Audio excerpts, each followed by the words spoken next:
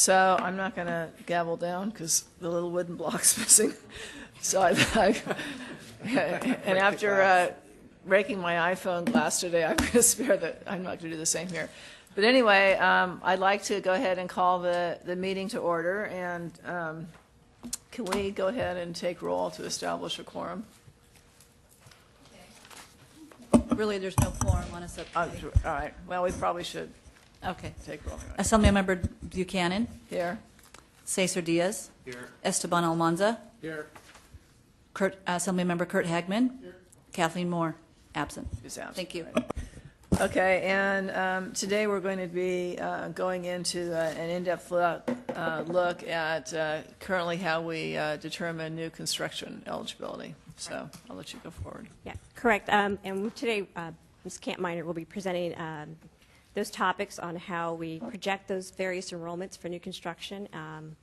There's a few of those projections that she's going to share with you, the methodology.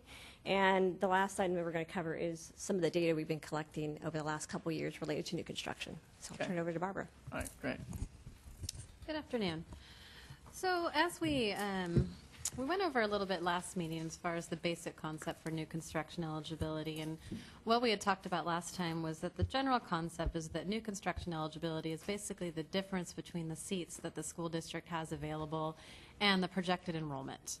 And today we're going to go into greater detail about how we get to that projected enrollment and how the seats are counted. That'll be the first part of the presentation. So moving into the enrollment projections, I'm on page 3 of the item. Basically, the enrollment projection uses patterns of past enrollment to predict the future, and the SFP program allows for some augmentations to this projection in the case where new circumstances have come about to where the past patterns would not accurately project that enrollment. A term that we'll be using a lot today is the cohort, and that is something that has been used in the school facility program and actually in the lease purchase program prior to that. It's in general, it's a statistical term that is used to look at population changes and make projections, and we're going to be looking at it today and as far as how it's done in the school facility program. But the cohort is actually the cohort survival projection enrollment system. So when I'm referring to the cohort, that's what I'm talking about. So when we project the enrollment, what we are looking at are the kids that are currently attending the school, and then we look at the past several years worth of data to come up with a trend, and then that trend is applied 5 years out, and that gives us a 5-year projection. Now, there are also some cases where a district can use a 10-year projection if they choose to do so. That was an amendment to the statute that came about in a couple of years ago, and that is an option for districts. However, when they use a 10-year projection, statute does not allow for any additional augmentations. So when we're referring to the augmentations, we're speaking primarily to the 5-year enrollment projection. When looking at the enrollment projection, we need to see what students the district should be factoring into the calculation. And the data that's collected for those purposes comes from the annual data collection that's done with the California Department of Education. It's the CBEDS, which is the California Basic Educational Data System. And this is a count that's done in October. School districts use this count, the CBEDS information, to report their enrollment. The data is due in October for most of the student populations, with the exception of SDC enrollment, special day class enrollment, which is due in December, and community day enrollment, which is reported in April. Now, not all students are counted when the enrollment projection is done. Basically, the districts count the kids that will need a seat within the district. So there's a list of exclusions for students that would not be counted on page 3. And for many of the exclusions listed there, it's because another school district could count those children. So for instance, if a student is living in the district's boundaries but attending another school district, both districts can't report it. The district where the student is attending gets to claim that student's enrollment for purposes of their projection. And also things like students that are receiving non-classroom based instruction. Maybe they're in an e-learning program. There's not really a need for a classroom, though some would argue that they need some space, but you don't need a full classroom for the students. So those students are excluded from the projection as well. And then I think just a point of clarification on a couple of these bullets. In the main projection, special day class students are not counted as part of the regular projection for K-12 students, but they have their own projection, which I'll get into in a few minutes here. And then continuation high school students are reported in a slightly different spot and then factored back into the projection. And the reason for the separation was that at the time this went into place, there was a discussion about whether or not the loading standards for those students would be different. So let's see. So the cohort survival, as I mentioned, it is a common tool to look at the population trends.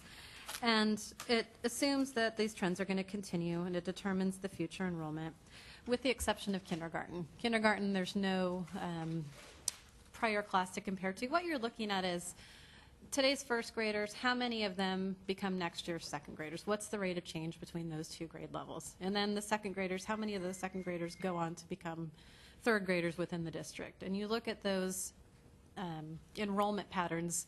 Each particular grade level determines its own projection, and then it's, at the end of the day, it's lumped back into a K-6 projection, and then a 9-12 projection, 7-8 projection. The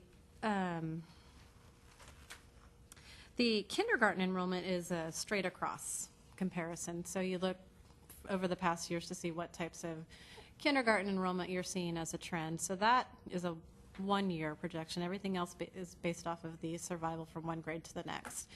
The kindergarten projection, one of the augmentations that districts can use is a birth rate projection. So if your district is experiencing an unusual pattern in birth rates, then that enrollment projection can be augmented to account for that. And typically any of the augmentations that are done on these are to account for the circumstances where the historical pattern is somehow changing. This is projecting 5 years out. And the lead time is in there to give districts adequate time to plan for the school before the students actually arrive and need the seats.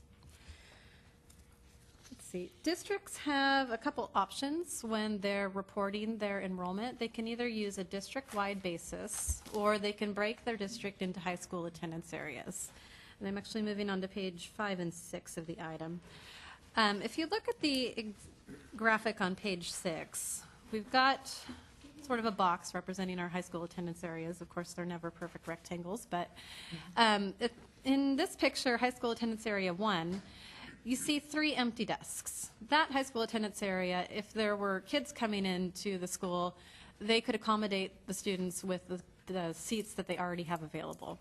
But if you look at attendance area 2 or attendance area 3, we've got a student standing, holding his books, waiting to come sit in a desk, and he doesn't have any desks. So taken as a whole, this district may or may not have new construction eligibility, but different parts of the district have differing needs. So districts have the opportunity to break into sort of mini districts when they're doing their enrollment projections. So that's one method that districts can use to tailor their new construction eligibility to their specific district needs, but even more detailed into different areas of the district. And once a district does receive funding using the high school attendance area basis, then they do need to continue to file their new construction applications on that basis for a period of 5 years, and that helps maintain some stability in the reporting so that there's not flipping back and forth, so that it's just a numbers situation. It's actually the method that's most beneficial to the district on an ongoing basis. Let's see. The enrollment projection, so to get into a little more detail about the augmentations and the things that districts can do to tailor their circumstances, the 5-year projection can be augmented using modified or alternate weighting mechanisms. There is a standard weighting mechanism that's done, and it places more emphasis on recent history than further back, so it's considered a 3-to-1 calculation, where the more current years get a heavier weight than 2 or 3 years back projection. Now, districts can choose to switch that weighting mechanism to perhaps a 1-2-3 or a 1-1-1 type of weighting. And you would do this if you would use a, excuse me, I think I flipped that. 1-2-3 is the standard weighting mechanism. But you would use the alternative if you were experiencing unusual patterns right now and you were anticipating that your future enrollment would be more similar to things that had happened a couple of years ago. You can also do an alternate weighting mechanism. So maybe there's something that makes sense for the district that has been contemplated. It's not just a simple 1-2-3 or 3-2-1 mechanism. The district can submit data on these modified weighting mechanisms, and what OPSC would do is take a look at those, and the district submits 18 years of historical enrollment data, and then in order to be able to use these modified weighting mechanisms or alternate weighting mechanisms, it has to prove more accurate than the standard enrollment projection method. There is also, as I mentioned earlier, the birth rate augmentation, and that replaces basically the kindergarten projection calculation. That is based on county birth data, or it can also be done on the zip codes that are served by the district if they end up crossing counties. And that's verified against the actual county reports as far as the birth rates. So that's, OPSC takes a look at that as well. The next augmentation is the dwelling unit supplements. And I think we got into this a little bit at the last meeting as well, but the dwelling unit augmentation is for those districts that are experiencing new housing developments that are going in. So the children have not arrived on any of the enrollment scenarios yet because the houses haven't been built, so the kids aren't necessarily in the district yet. So a school district can add those dwelling units to its projection to help plan for the facility needs created by the new housing developments. There are requirements for a school district to submit supporting documentation such as the maps, that the tentative maps or final maps that are approved and stamped, that have minutes to back them up, that the local planning authority has approved these housing projects. So the OPSC ends up looking at that as well. And when looking at dwelling units, there is a standard state student yield factor. So there's an assumption that each house is going to yield a certain number of students, and districts can use the standard yield factor, or if they do a study, they can take a look and see if their particular area is generating more students than the standard. So that is an option as well. And the student yield factor is listed on page 9. For high school districts, it's 0.2 students. Elementary school districts is 0.5, and then unified is the sum of those. It comes out to 0.7 students per dwelling unit. And the dwelling units tend to have more of an impact on districts whose enrollment is stable or declining, and they have less of an impact on districts that are showing an increasing enrollment trend. Now, the 10-year enrollment projection is very similar to the 5-year projection. It's just taking more data into account and projecting that out a little bit further. And again, that does not use any sort of augmentations. And then the other thing to point out, small school districts have a few options when they're reporting their enrollment, because sometimes they experience enrollment patterns that either fluctuate or that are not typical. So for districts with less than 2,500 pupils enrolled, they can lock in their enrollment for a period of 3 years. So that allows them some stability in planning, knowing that the enrollment that is generating the eligibility, that's not going to disappear in year 2 and then come back in year 3, so that the project is here today and gone tomorrow, but they can lock in for 3 years, plan their project, and move forward. And then also districts with less than 300 pupils enrolled, so really small districts, they can report a 5-year average for any grade level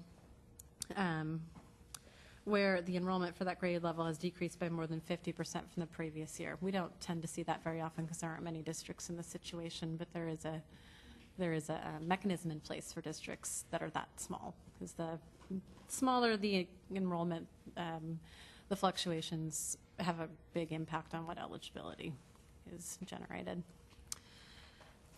So, before I move on to the study that OPSC did recently on the cohort accuracy, did you want to address any questions on this topic, or?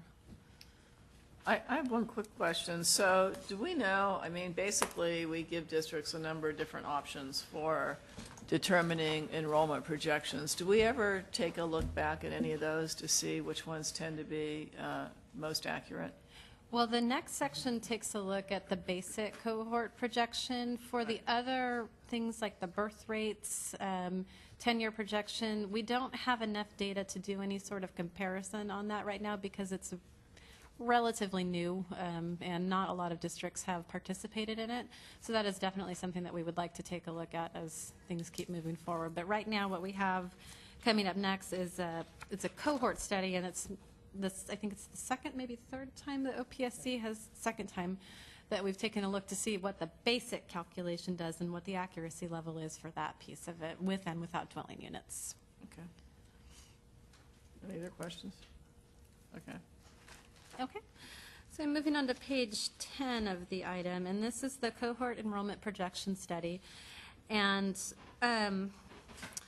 what we're able to do is there's been enough time so that we have the enrollment projections submitted by the district at one point in time, and then they have updated again within the time frame of potentially 5 years or more, so that it allows us to look at what their original projection was and compare it to the enrollment that the district actually received to see if the projection turned out to be true.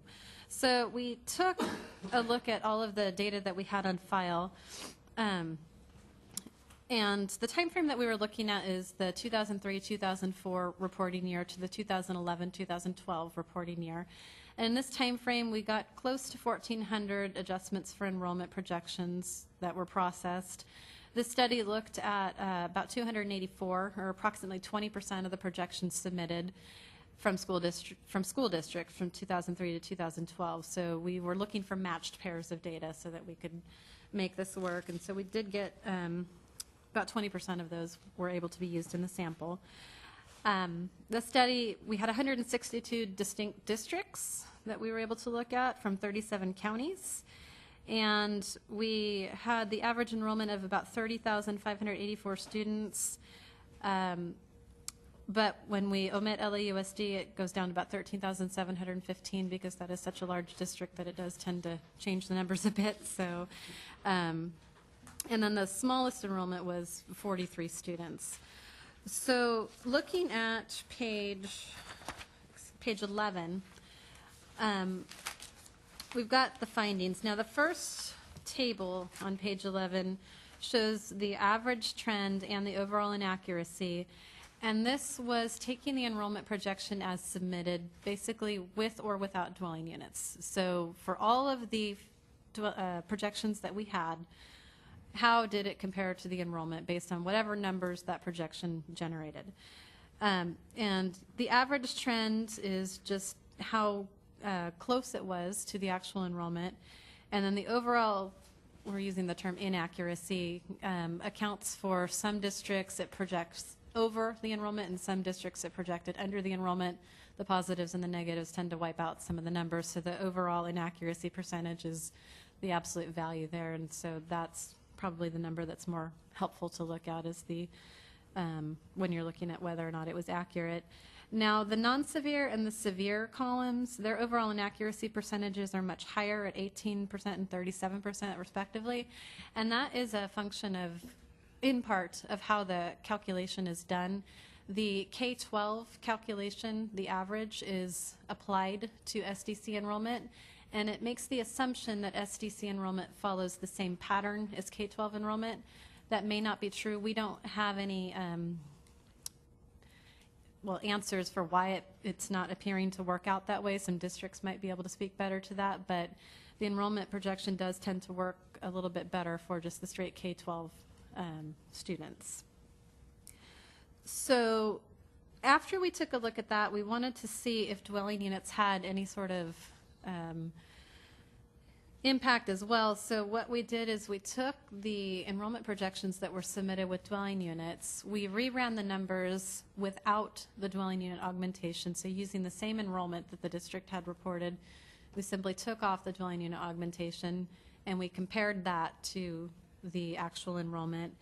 And the accuracy actually increased. So the overall inaccuracy percentages declined. Therefore, without the dwelling unit augmentation, the projection is more accurate on average.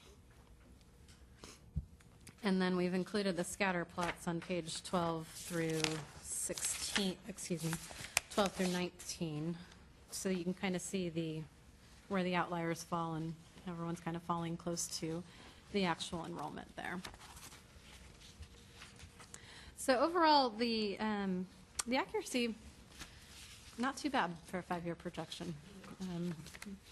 And that's fairly consistent with what we saw when we ran this study a few years ago. It was fairly accurate.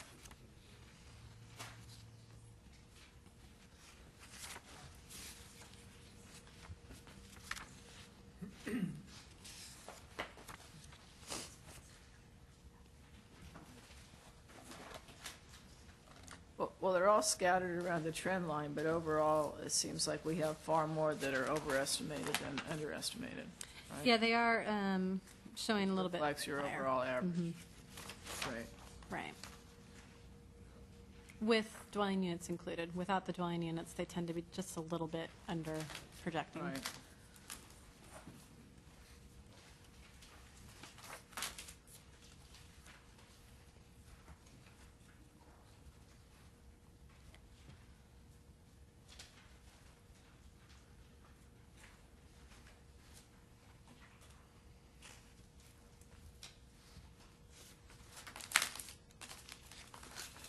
Any questions?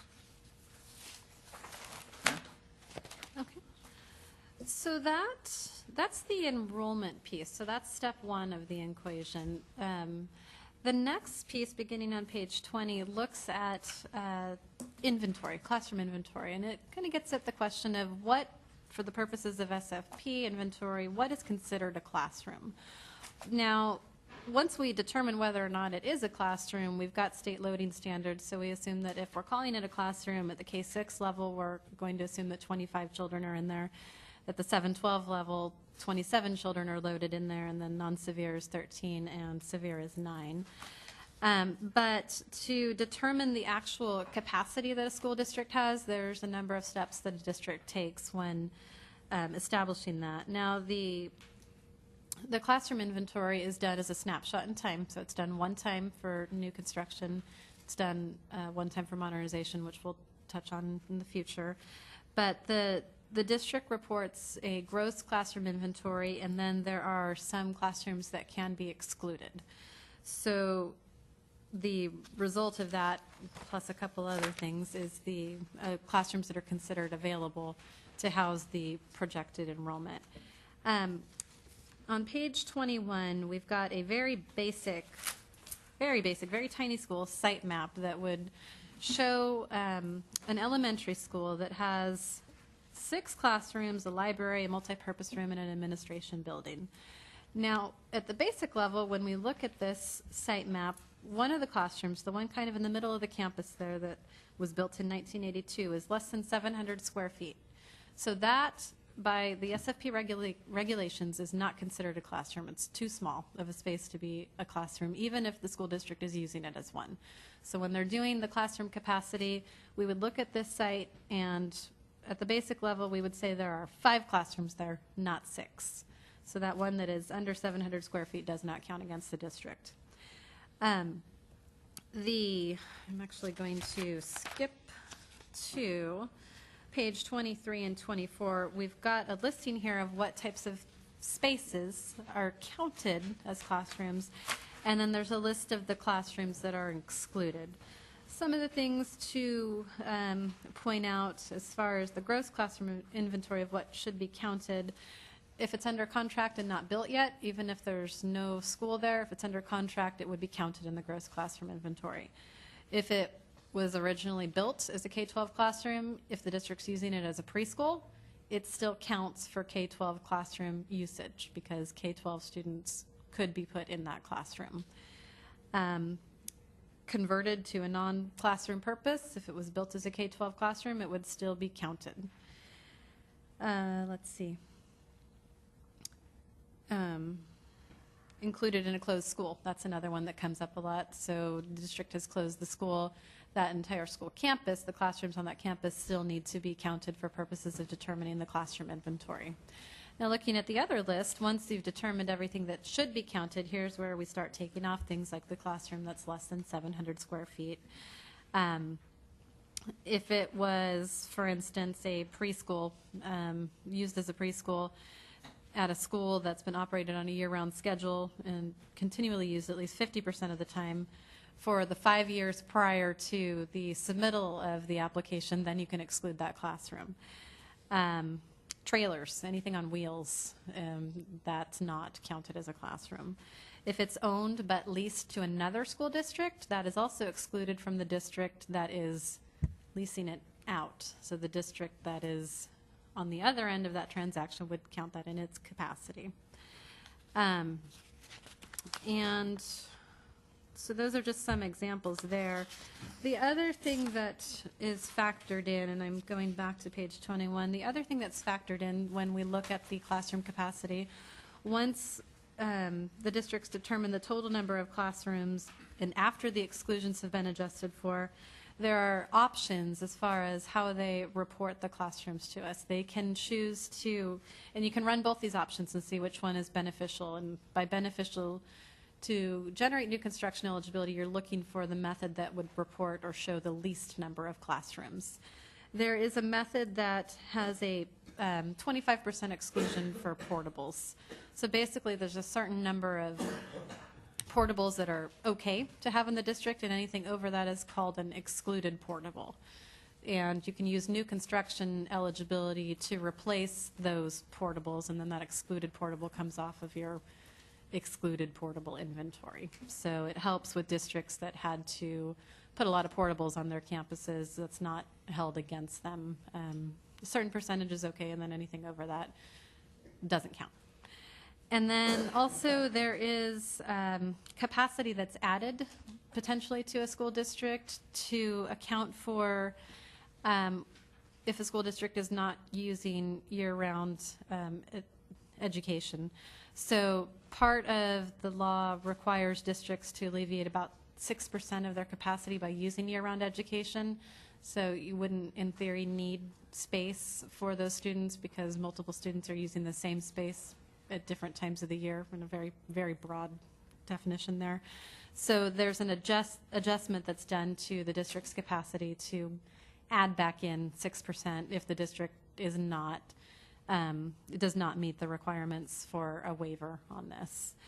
And they can, if they're a high school district or if they qualify for a waiver, then this is not counted against them. So the waiver is, the board actually makes the authorization for the waiver based on the recommendation of the Department of Education. So, let's see. So to sum it up, capacity takes a look at your gross classroom inventory, so all the space you have available. It eliminates those areas that the regulations do not see as suitable classrooms or things that are not being counted as K-12 classroom purposes. So that gives you your net classroom inventory. You then take a look at whether or not you have more portables than is desirable, and so you can choose which option to file under, and then you apply, if necessary, the substantial enrollment requirement adjustment to account for the year-round education. Once those calculations are done, the numbers at the end are the classrooms that are deemed available to house the projected enrollment. And then from there, you look at your projected enrollment, which we talked about first, and compare it to this number. If you have more projected enrollment than you do classrooms, then you qualify for new construction eligibility. and this is adjusted on an annual basis. Every time the enrollment is updated, if a district is filing a new construction application, they need to adjust their new construction eligibility because part of the formula has changed. So every October, that's the last date to submit under last year's enrollment projections, and then you do a new enrollment projection. And so any questions on that? Any questions?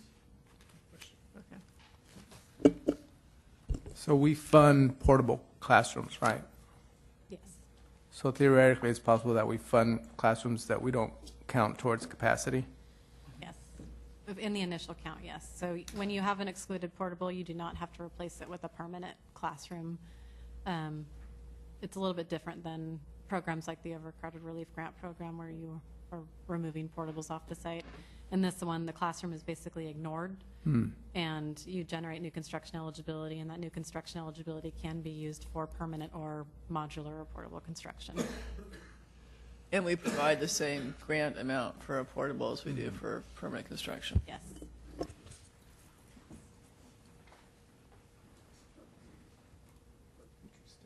Yes, something to think about. We've talked about this. We just talked about it quite a bit. Are there any other questions? Okay. So with that, the next section relates to data on what we are building in the program. And Brian Odell, one program services supervisor, will be walking us through the data.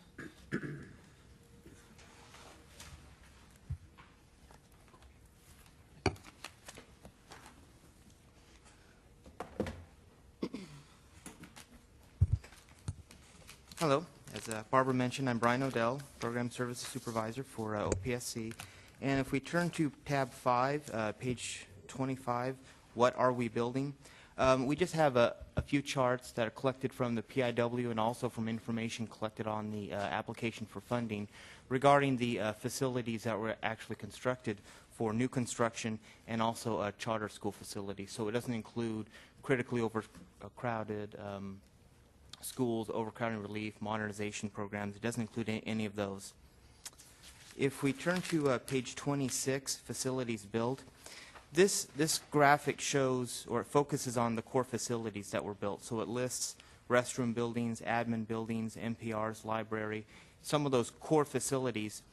And the first chart there shows, or bar graph shows the hard count. And we, of course, have our other, which is a large number.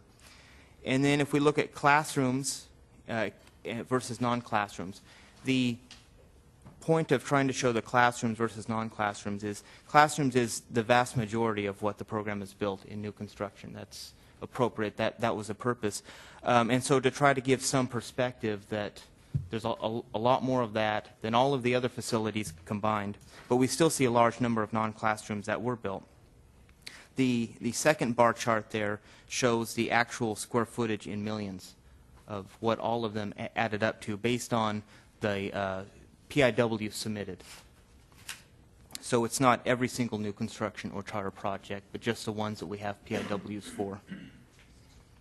And then the last table there at the bottom shows the average square feet per facility and shows the breakdown for all of those as well.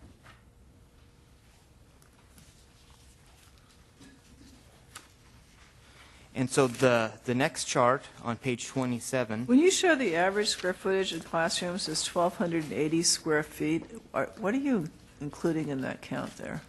It's the classroom buildings that, so on the PIW, when it asks for the classroom square footage, it's talking about everything within that building.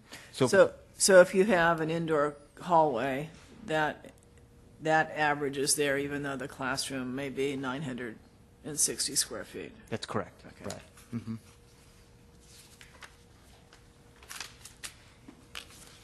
Yeah.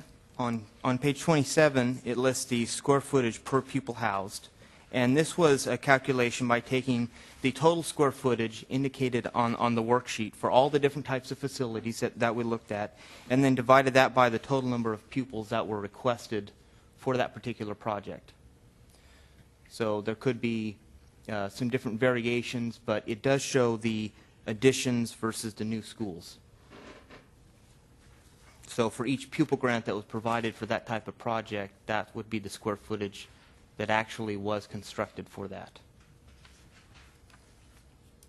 And facility hardship projects weren't included because it doesn't represent unhoused pupils. That program is for a different purpose. So this is trying to show the unhoused pupils of what was built. And also use of grants as well, because it doesn't have the same correlation where 912 pupils were used to build K-6 facilities. It just didn't seem appropriate for this type of a graph. Right. And the next chart is, or map, is the classrooms per CTE regions. And the reason the CTE regions are used is because it just seems to be a very good breakdown of the different regions throughout the state. It's unrelated to the CTE program, but it was an existing way of breaking down the state. And this shows the hard count of the classrooms that were reported on the applications for fundings. So this isn't PIW data, but it's rather based on what was processed through the board. All right. So this includes everything since 1998 for every application that was processed. And the final chart, page 29, shows the same regions, but this is based on the PIW.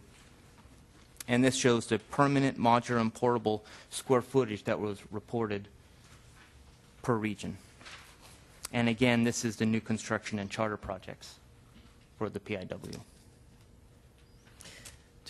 Do we know, I mean, that from my recollection on the board, I mean, we brought in most of our portables when class size reduction was implemented, trying to, we had to increase our capacity kindergarten through third grade by 50%. When you show these numbers, do we know was there a period where we had more portables than others, or is there any way to break that down in terms of? We haven't yet. We could take a look and see if there's a way to do that. Yeah, I mean, it may or may not affect our decision making, but when you think about the investment in portables, I'd just be curious as to whether or not we had a bubble around that time period, because if you go back a decade, that's when we were bringing so many of them in. I think it's interesting if you look at the data. So statewide, less than 7% of the square footage of the buildings built is portable buildings. But if you disaggregate the data a little bit, there's some pretty wide disparities. In the Bay Area, which is the red section there, that's less than half of 1% of building area is built with portables. Right. And if you look at the Central Valley, that's over 21% of the square footage of buildings is built in portables. Right. And I think there's some wealth disparity issues there that Well, you may... also have declining enrollment Yeah. in the Bay Area, so like when you had class size reduction, you didn't have to have classrooms, and some of the, depending on where you were, because they had classrooms This is available. portables built in the program after class size reduction. Right, I know, but you wouldn't build a program if you had empty classrooms where you could house the students. You would build the portable if you were growing, and if you think about, our census data that we just finished getting, a little over a year ago, all the growth has been in the Central Valley, so I would expect more portables there. The question then becomes, is the one Mr. Hegman's constantly asking is, are we incentivizing the right kind of construction? Because if we're giving the same grants to portables that we are to permanent construction, and then you can't modernize them, and 20 years later, you're replacing them. I think that there's a couple ways you could look at that question. One of them would be that districts don't voluntarily build with portables, in my experience. They normally would do it because they didn't have enough money to build permanent construction. But there's probably a lot of other things at play. Right. Well, with too. class size reduction, though, I remember we were trying to get them on quickly so we could get into the program. Right. So that impacted us. Let me save up my questions Yeah. after this section, but I have a bunch. Appropriate. Okay, yeah, we can, Jim, you want to finish and then ask questions, or? Yeah. Okay, go ahead. There's one more page we have to go over here. Just for everyone's reference, it just shows the counties within each region if someone wanted to compare. Okay. The CTA. Yep.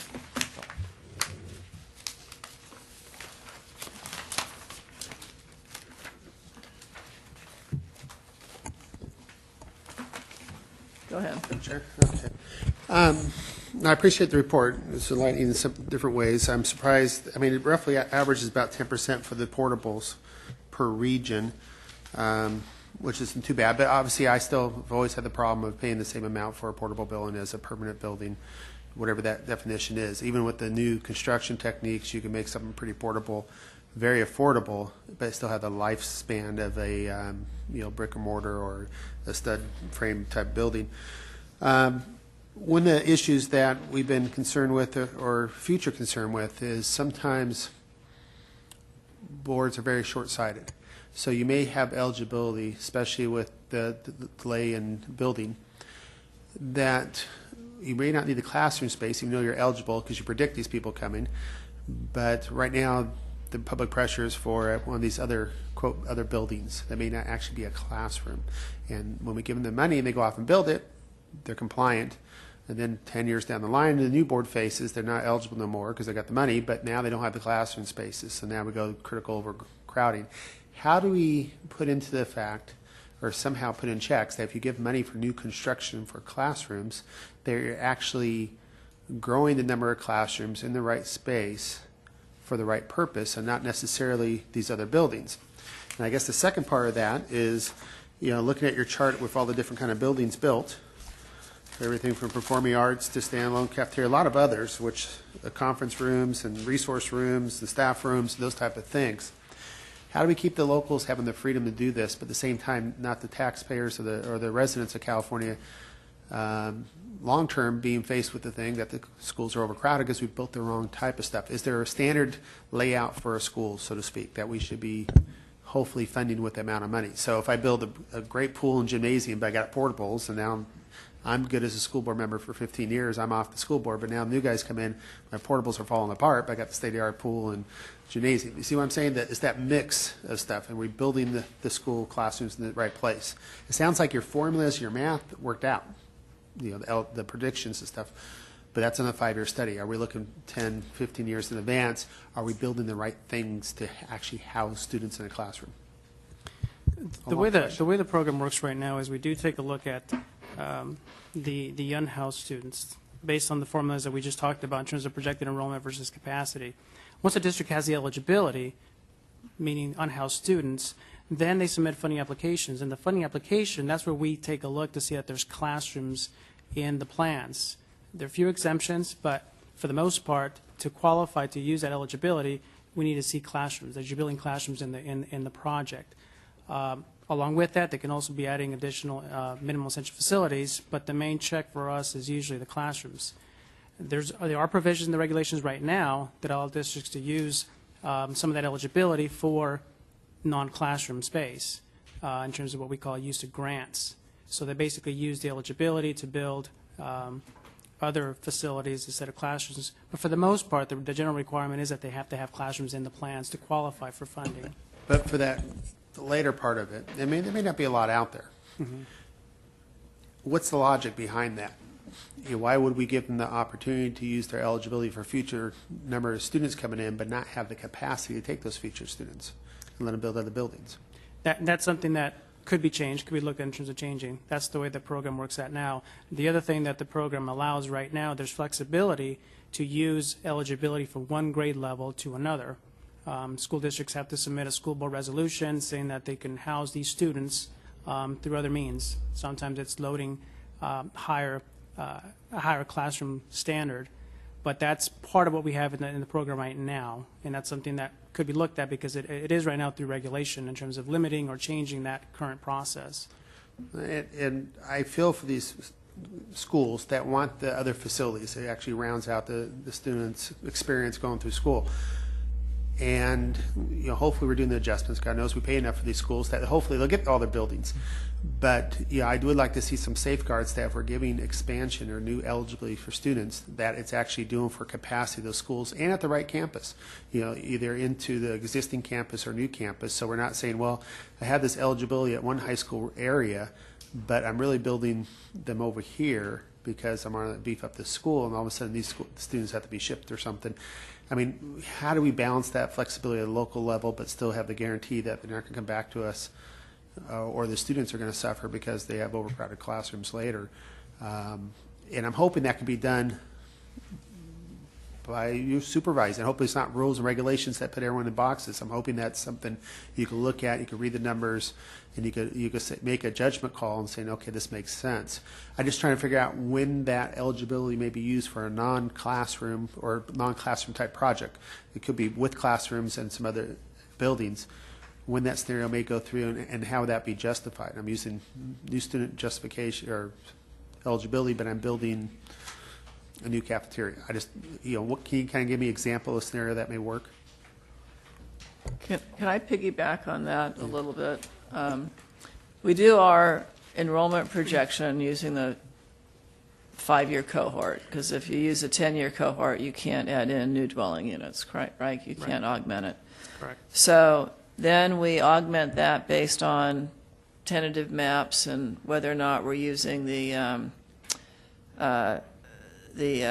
student generation, the standard student generation number. We've gone out and done our own door-by-door survey to find out how many students are really moving into our community, but then we come up with a number because this is our district, you've got a new development coming in, these are the students we expect to have from that development, and we want the school to be ready when the people move into the houses to avoid overcrowding.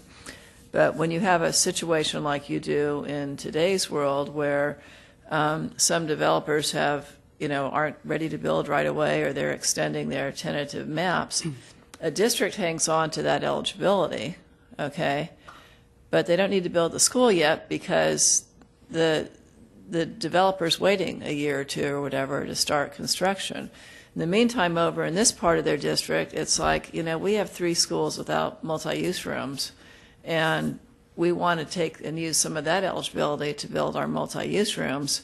But in the meantime, 5 years down the road, when these houses go in, now you need a school, but you've used your eligibility to build, facilities in the current part of the district, and you don't have the ability to, if you want to enter into a developer fee agreement where you're going to split, you don't have the ability to do that. You don't, and it's tough for the bond. I will tell you to pass a bond for new houses that are coming in because people who live there already don't want to pay for schools for kids in those new houses. So is there some way with eligibility, and so I'm not asking for an answer, but give you something to ponder as we go through this journey, is there some way that we can sort of bifurcate the eligibility so that we have part of the eligibility that is based on the 5-year cohort, but the augmentation that we're doing for new dwelling units, that we don't allow that to be spent unless it's on those new dwelling units, so we can be assured that we have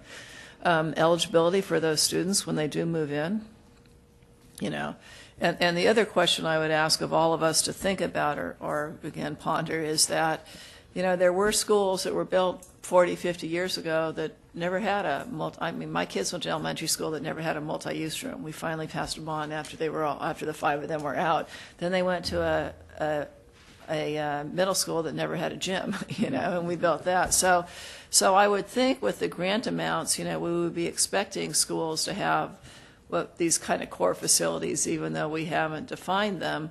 But there are schools that are older that don't have them, that we probably do have some kind of responsibility. And I don't know how you deal with that with future eligibility, but I wouldn't want to see a school that was built in 1970 never be able to have a multi-use room or a gym. I think that's sort of a different issue there. I don't know how we might deal with that with future eligibility, but we do need to make sure that there's classrooms for students, that the schools are what we would consider complete, and that'll probably be another topic for discussion, but that we also are not using future eligibility, foregoing that, and not having schools there when those students, and classrooms when those students arrive.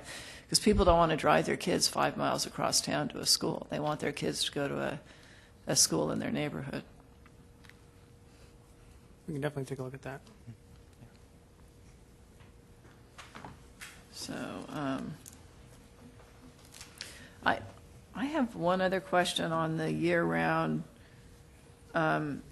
education. Do we know what percentage of our school, I mean, most districts, when they've had the opportunity to move away from year-round education, have moved to a more traditional calendar. Do we know, what percentage of our schools are still even on year-round? I mean, I question whether or not that we should be continuing with that as we go, as we move into the future. CDE's here. I left that paper at the office, but we're getting it now. Okay. Well, and you can provide it later, but I mean, It's going down. yeah, it is going down. So the question is do we still want to, that we need to talk about at some point in time is do we still want to include that, I would call it a penalty in, That's a really good point. when we've pretty much just, schools pretty much have decided for academic purposes that they're abandoning the year-round and moving to a more traditional calendar. Yeah, I don't know if I have any other questions. The last question I had here ties in with it. That's a whole other discussion and probably with CDE, but that is what is the definition of a school? If we're building a new school, what do we expect to be built? Any other questions for any of the other members? More than I expected. Yeah. As far as especially with portables and predictions, so it doesn't seem like there needs to be a lot of. There's always this exception that hopefully you don't have to legislate statute. There's something that you get flexibility to your office. Look, does this make sense? Are you both short term or long term? If you're supposed to be growing a district, you have the classroom capability to handle that. You may build a room that's a multi-purpose room now that 5 years from now is going to be converted into classrooms. That's when the students move up. Good with all that, just as long as you use that. We just don't want someone that builds facilities and not have the capacity later to do the primary function, which is to have a classroom and educate. Yeah. The problem is when you're dealing with the numbers of portables that we are, and you've got to replace them 20 years down the road, that's a big price tag that you're looking at. Because I don't, Bill, maybe you know, but I don't know how you modernize a portable. You don't. So, when you look at the life cycle cost, it's much more expensive. Is there any comment?